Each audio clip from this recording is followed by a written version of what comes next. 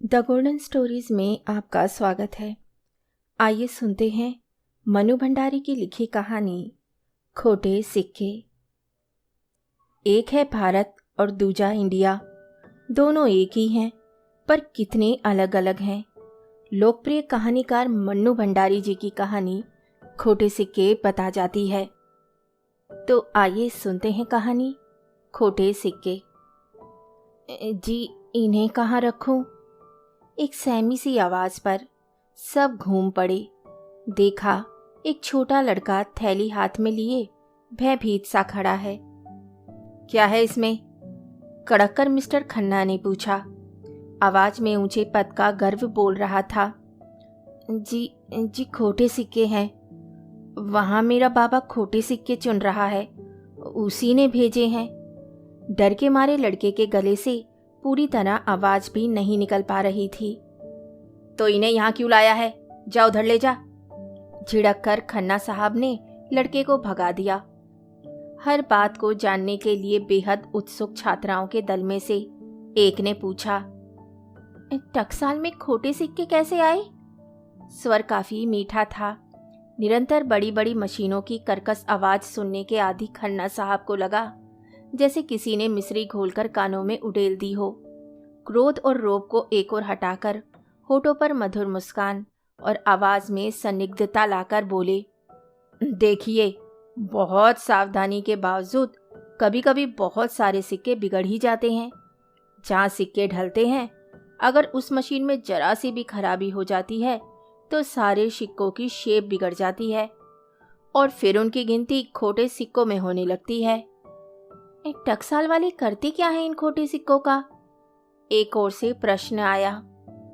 चला देते होंगे और क्या, देखती नहीं बाजार में कितने खोटे सिक्के चलते हैं। बड़े ही शौक ढंग से दूसरी ओर से शंका का समाधान हुआ। जी नहीं, खोटे सिक्कों को हम चला नहीं देते, वापस टकसाल में ही खपाते हैं। जो चीज हमारी टकसाल में खोटी होती है उसकी जिम्मेदारी तो हमारी है, उसे बाहर क्यों भेजेंगे भला? खन्ना साहब ने इस ढंग से कहा मानो बता रहे हों कि देखो, हमारी नैतिकता को हमें क्या इतना गया गुजरा समझा है कि अपनी गलती को दूसरों के सिर मढ़ दें। खन्ना साहब टकसाल के उच्च पदाधिकारी हैं। वह गाइड का काम कभी नहीं करते, पर परसों जब उन्हें सूचना मिली कि लखनऊ से किसी कॉलेज की छात्राओं का एक दल कलकत्ते के दर्शनीय स्थानों को देखने के लिए आया है और वे टकसाल देखने की भी अनुमति चाहती हैं, तो सहर्ष अनुमति देने के साथ ही दिखाने के लिए भी वे स्वयं ही तैनात हो गए। ठीक 11 बजे बस पर से करीब 20-22 छात्राओं ने 2 अध्यापिकाओं के साथ टकसाल में प्रवेश किया। रंग बिरंगे दुपट्टों और विभिन्न प्रकार के सेंटों की मिलीजुली सुगंधी से जैसे एकाएक ही वहां मधुमास आ गया। बड़े तपाक से खन्ना साहब ने सबका स्वागत किया और बड़ी नम्रता से अपना परिचय दिया। उससे भी अधिक शालीनता और विनय से परिचय दिया अपने पद गौरव का। फिर एक बार सतर्क नजरों से सबके चेहरों को पड़ा कि उस पद का रोब आंखें फाड़ फाड़ कर अपने चारों ओर देखती, खुसर फुसर करती, एक दूसरी को ठेलती उन लड़कियों पर भी पड़ा या नहीं। इसके बाद टकसाल का संक्षिप्त इतिहास बताते हुए उन्होंने अंदर प्रवेश किया। एक चपल सी छात्रा ने अपने स्वभाव से भी अधिक चपल दुपट्टे को काबू में रखने का प्रयास करते कहा, हमारी तलाशी नहीं ली जाएगी टकसाल में? सुनते हैं कि यहाँ घुसते और निकलते हुए सबकी तलाशी ली जाती है। आप लोग तो हमारी मेहमान हैं, मेहमानों की भी कोई तलाशी लेता है भला? वह तो यहाँ काम करने वाले मजदूरों की तलाशी ली जाती है, मुस्कुराकर खन्ना साहब ने कहा। सबसे पहले वे एक बड़े से हॉल में पहुंचे जहां कई भट्टियां बनी हुई थी। इन भट्टियों में कच्चे धातु को गलाया जाता है। ये कहकर जैसे ही खन्ना साहब ने एक भट्टी के मुंह का ढक्कन खोला कि भट्टी के पास झुंड बनाकर खड़ी लड़कियां झटका खाकर 2 कदम पीछे हट गई। आगे की एक लहर जैसे सबको झुलसा गई। खन्ना साहब ने बताया, यह तो साधारण भट्टी है, आपको बिजली की भट्टी भी दिखाऊंगा। उसमें तो आप बिना रंगीन चश्मा चढ़ाए देख भी नहीं सकती, लगता है जैसे सामने सूरज उतर आया हो। इसके बाद उन्होंने सारी प्रक्रिया समझाई कि किस प्रकार कच्चे धातु को गलाकर सिक्कों के उपयुक्त बनाया जाता है और उसके लंबे लंबे बार्स बनाए जाते हैं। बड़े धैर्य और रुचि के साथ वे हाथों का संकेत कर करके समझा रहे थे और सारी छात्राएं उनके चेहरे पर यूं नजर गड़ाए सुन रही थी मानो वहां का सारा ज्ञान सीख लेंगी। खन्ना साहब कोई चीज हाथ में उठाते तो 20-22 सिर इस तरह चारों ओर घिर आते मानो गुड़ की डली पर मक्खियां बैठ गई हों। जिस किसी भी हॉल से वे गुजरते वहां काम करने वालों की गति अपने आप ही बढ़ जाती। वे और अधिक मनोयोग और कुशलता से काम करने लगते। कभी कभी खन्ना साहब किसी मशीन के पास खड़े हो जाते और रोबीले स्वर में हुक्म देते, मशीन को चला दो। झटके से मशीन चलाई जाती और खन्ना साहब उसका सारा ब्यौरा समझाते। साथ में आई हुई अधेड़ावस्था की अध्यापिकाएं शुरू से ही खन्ना साहब की उपेक्षा पा रही थीं। उन्हें खन्ना साहब का लड़कियों में ये आवश्यकता से अधिक दिलचस्पी और आकर्षण अच्छे नहीं लग रहे थे। वे ठेल मेल में कभी जाने अनजाने में लगे हल्के फुल्के धक्कों को भी काफी संदेह की नजर से देखकर जब तब छात्राओं को फटकार देती थी। तुम लोग सिर पर ही क्यों चढ़ी जाती हो? दूर रहकर क्यों नहीं देखती सुनती? और एक बार छात्राओं के झुंड और खन्ना साहब में संतोषजनक दूरी उत्पन्न कर देती। पर छात्राओं की अत्यधिक जिज्ञासा और आतुरता तथा खन्ना साहब की आवश्यकता से अधिक रुचि में वह दूरी कब और कहाँ खो जाती कोई जान ही नहीं पाता। घूमते घूमते वे एक बड़े से हॉल में आए जहाँ की दैत्याकार मशीनें कान के पर्दे फाड़ देने वाली आवाज से बेतहाशा दहाड़ रही थी। खन्ना साहब के शब्द उस भीषण गर्जना में ही खो जाते थे। परिस्थिति का फायदा उठाकर मुंह को अति निकट लाकर वे बता रहे थे, यहाँ पर तैयार धातु के बड़े बड़े बार्स को पतला किया जाता है। छात्राएं मशीनों से काफी दूर खड़ी थी, फिर भी उनका शरीर जैसे झुलसा जा रहा था। आग से लाल लंबी लंबी सलाखें पटापट ऊपर से नीचे गिर रही थी और नीचे हाथों में बड़ी बड़ी संडासियां लिए मजदूर उन सलाखों को उसी गति के साथ उठा उठाकर पास ही पानी की नालियों में पटकते जा रहे थे। नालियों का पानी बुरी तरह खोल रहा था और उनमें से गरम गरम भाप उठ रही थी।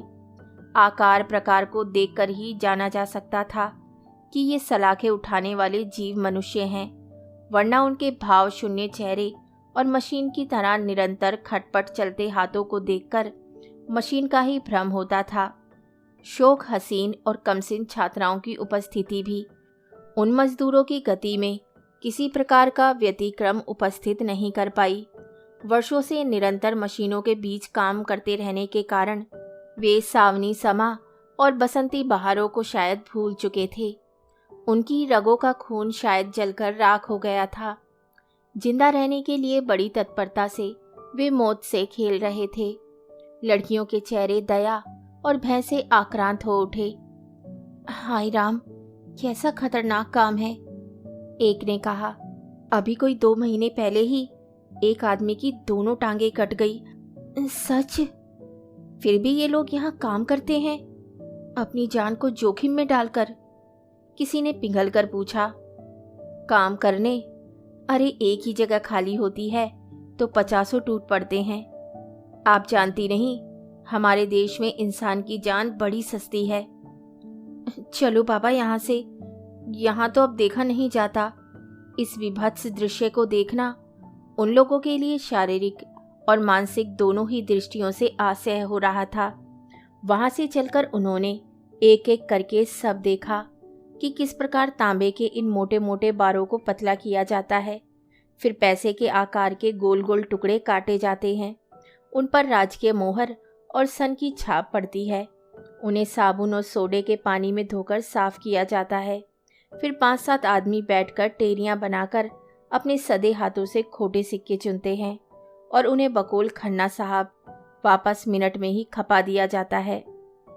और यह सब देखते देखते लड़कियों के ताजे गमकते चेहरे क्लांत होकर मुरझा गए। वहां पर उन लोगों के लिए चाय और जलपान की व्यवस्था भी थी। 2 नौकर खन्ना साहब की आज्ञा की प्रतीक्षा में हाथ बांधे खड़े थे। खास नखरों से पली ये लड़कियां, जिन्हें कभी गरीबी या अभावों की छाया ने भी नहीं छुआ था, मजदूरों की उस विभत्स झांकी को देखकर बड़ी आतंकित हो उठी थी। बैठते ही पूछा, इन इन मजदूरों को तनख्वाह क्या मिलती होगी? 60 रुपये मासिक।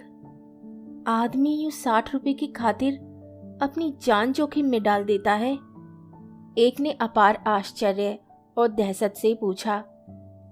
संसार को मात्र किताबों द्वारा जानने वाली इन अनुभवहीन छात्राओं की बुद्धि पर खन्ना साहब मुस्कुरा उठे। गद्दीदार कुर्सियों पर बैठकर रसगुल्ले और गर्मा गर्म समोसे खाती हुई उन छात्राओं का दिल मजदूरों की दुर्दशा पर करुणा से पसीजा जा रहा था। तभी बाहर से एक औरत के रोने की आवाज से बातों का क्रम टूट गया। खन्ना साहब की भौहों पर सलवटें उभर आईं। परिस्थिति समझने के लिए ये कुर्सी से उठे ही थे कि मैले कुचैले कपड़े पहने, आंख नाक से पानी बहाती एक बुढ़िया भीतर चली आई और खन्ना साहब के पैरों पर गिर पड़ी। घृणा से खन्ना साहब ने पांव खींच लिए। गुस्सा उनको इतना आ रहा था कि यदि ये कोमल शरीर और उससे भी कोमल दिल वाली लड़कियां उस समय वहां ना बैठी होती तो उसके सिर पर कसकर लात जमा देते। कड़क कर खन्ना साहब ने पूछा, कौन है तू? यहाँ कैसे चली आई? तभी रोकता थामता चपरासी आ गया। उसने बताया कि 2 महीने पहले जिस मजदूर की दोनों टांगे कट गई थी, ये उसी की स्त्री है। स्त्री रोते रोते सिर पटक पटक कर हाथ जोड़ जोड़ कर कह रही थी, उसे कोई छोटा मोटा काम दे दीजिए सरकार, नहीं तो हम भूखों मर जाएंगे। बैठे बैठे वे खोटे सिक्के चुनने का काम ही कर देगा। दिमाग खराब हो गया है? जिसके दोनों टांगे नहीं है वह क्या खाक काम करेगा? चलो हटो यहाँ से। मौके बेमौके सिर खाने आ जाते हैं। अब कहाँ जाएं सरकार? 20 साल तक आप लोगों की नौकरी की, आपकी नौकरी में ही टांग गई। अब कहाँ जाए सरकार? हम पर दया करिए, नहीं तो बाल बच्चे भूखों मर जाएंगे। नौकरी में टांग गई तो मुआवजा तो मिला है ना 200 रुपये। अब क्या जागीर लिख दूं उसके नाम? चपरासी बाहर निकालो इसे। मेरे आदमी को बेकार कर दिया, अब वे कहाँ जाए? उसे यहीं कोई काम दे दे हुजूर, नहीं तो। पर वे वाक्य पूरा करती इससे पहले ही चपरासी उसे घसीट ले गया। लड़कियों के चेहरे पर व्याप्त करुणा को देखकर खन्ना साहब के लिए सफाई पेश करना जरूरी हो गया। बोले, टांग कट गई है तो हमने 200 रुपये मुआवजे के दे दिए, और हम कर भी क्या सकते हैं? यो इन लोगों को यहाँ बिठाना शुरू कर दें तो टकसाल अपंगों का अड्डा ही ना बन जाए। आए दिन ही तो यहाँ ऐसी दुर्घटनाएं होती रहती हैं। इसके बाद बड़ी कुशलता से उन्होंने बात का प्रसंग बदलकर ऐसे चुटकुले सुनाना शुरू किया कि लड़कियां हंस हंस कर दोहरी होने लगी। कहानी सुनने के लिए धन्यवाद। तो इसी के साथ मैं आपसे विदा लेती हूँ और कल फिर मिलती हूँ एक नई कहानी के साथ।